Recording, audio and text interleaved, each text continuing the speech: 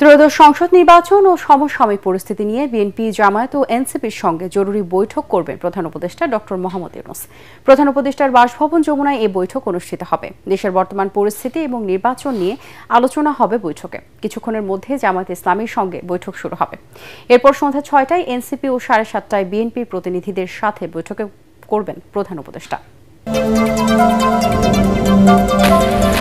কার্যক্রম নিষিদ্ধ আওয়ামী লীগকে ইঙ্গিত করে স্বরাষ্ট্র উপদেষ্টা বলেছেন, তারা নির্বাচন বানচালের ষড়যন্ত্র করছে। তবে এই বিষয়ে সতর্ক রয়েছে আইনশৃঙ্খলা বাহিনী। সচিবালয়ে কোর কমিটির বৈঠক শেষে উপদেষ্টা আরও বলেন, বৃহত্তর স্বার্থে সব রাজনৈতিক দলকে ঐক্যবদ্ধ থাকতে হবে। তাদের উপরেই নির্ভর করবে আগামী নির্বাচন সুষ্ঠু নিরপেক্ষ হবে কিনা। তিনি জানান, অন্তর্বর্তী সরকারের গত এক বছরে ঢাকায় ১,৬০৪টি অবরোধ হয়েছে। যে পার্টিটার কার্যকলাপ নেই তারা তো চাবি নির্বাচনটা ভঙ্গ করার জন্য। এখন এই সংখ্যাটারে প্রতিহত কথার দায়িত্ব হলো রাজনৈতিক দল এবং আপনাদের সবাই মিলে, আমাদের যেন কেউ এইটা নির্বাচনটারে যেন কোনো রকমের বাধাগ্রস্ত করতে না পারে। ওয়ালটন টেলিভিশন মাত্র ২৫,৪৯০ টাকায় পাচ্ছেন গুগল টিভি। বাংলাদেশে নুরুল হক নূরের চিকিৎসায় নিরাপত্তা হুমকি রয়েছে। সে কারণে তাকে উন্নত চিকিৎসার বিদেশে পাঠানোর দাবি জানিয়েছে গণ অধিকার পরিষদ।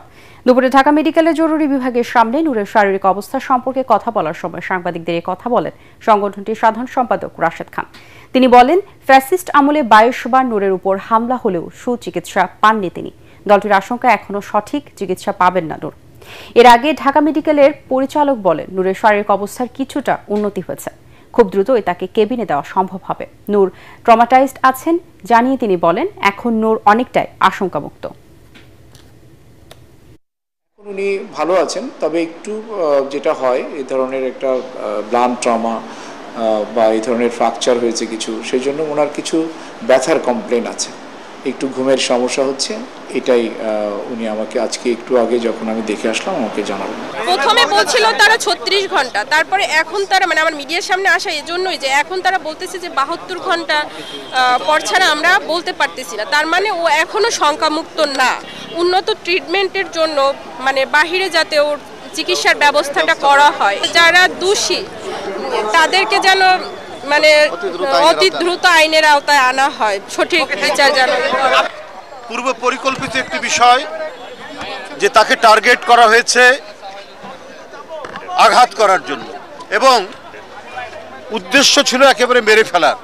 ওকে যেভাবে যে সমস্ত জায়গায় আঘাত করেছে তার যদি ফ্র্যাকশন অফ মিলিমিটার ডানে বামে ওটা যদি আঘাতটা যদি যেত তাহলে অনিবার্য মৃত্যু ছাড়া আমরা আর তাকে জীবন্ত অবস্থায় পেতাম না। তার উপরে এই যে আঘাতটা নির্মমভাবে, সেটা যারাই করুক তারা একটা বৃহৎ পরিকল্পনার অংশ বলে আমি মনে করি।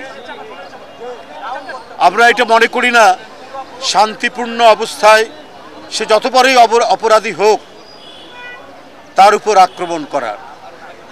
নুরুল হক নুরু এই ধরনের কোনো আক্রমণ বা এই ধরনের কোনো সহিংসতা করেনি।